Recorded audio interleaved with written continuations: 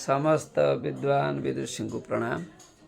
पिला मानक शुभाशीष आपण मानक आगरे पंडिचेरी आश्रम प्रकाशित पाई बाल श्लोका बहिर 42 नंबर श्लोक मु आपण आगे पढ़ाई जाऊँगी। निश्चित आपन भल लगे। संस्कृत न भी संस्कृत पढ़ी थे निश्चित आउरी संस्कृत होते ज्ञान को उत्तमतार आपण ताको आगू नहीं पारे।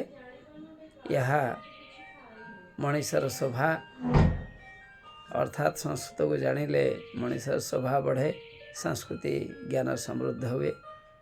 देखंतु नरस्याभरणं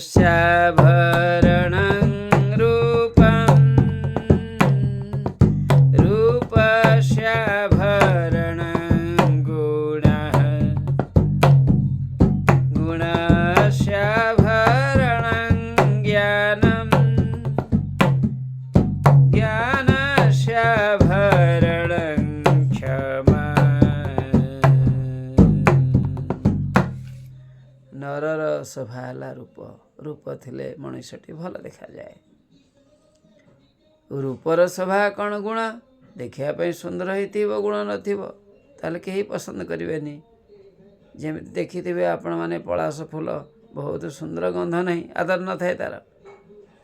गुण से आवरण ज्ञानम आउ गुण अच्छी आउ जदि ज्ञान अच्छी गुण सांगे जदि ज्ञान रहिला भल गुण मान व्यक्तिटी आउ ज्ञान भी अच्छी शिक्षागत योग्यता अच्छी रिसर्च इत्यादि बहुत काम करी आउरी प्रसिद्धि को प्राप्त करिछि। ताहले गुण द्वारा जेतेबेले ज्ञान थिबो बा गुणर होची शोभा हला ज्ञान। जेउठी गुण अच्छी सेठी ज्ञान निश्चित भाव में रहिबो। अर्थात गुणर शोभा होची ज्ञान। जेउठारे गुण अच्छी तार शोभा होची ज्ञान हैला। माने गुण मानकर शोभा किए ना ज्ञान। ज्ञान से आवरण क्षमा। ज्ञान बहुत अच्छी बड़ बड़ ज्ञानी जमी कौरव माने थिले किंतु क्षमा केवल आचरण करनथिले। सबुबले समस्तंकर लक्ष्य थिला ए 5 पांडव केमिति कोन नष्ट हो जाती कि आम राज्य को भोग करूँ। तेणु कहवा गले ज्ञानर आवरण कहले आम क्षमा।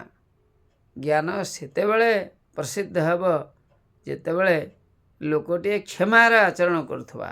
एइथिपाई महाभारत कहुई क्षमा तेजस्विनां तेज। क्षमा होची तेजस्वी लोक मानकर पराक्रम। एथिरे संदेह नहीं। तेणु यही श्लोकटी आपण माने निश्चित भाव में आगुरी जानी थे जानुछंती। आगु को आउरी विभिन्न रूप एथिरे देई गुण आउरी जोड़ी के आपण माने कहि परिबे। भारतीय संस्कृतिर प्रचार प्रसार निश्चित भाव में श्लोक द्वारा प्राणस्पर्शी हुए। प्राण को स्पर्श करे, मन को स्पर्श करे, मनुष्य गुड़ी को ग्रहण कर व्यवहार लगाए। धन्यवाद। नमो नमः।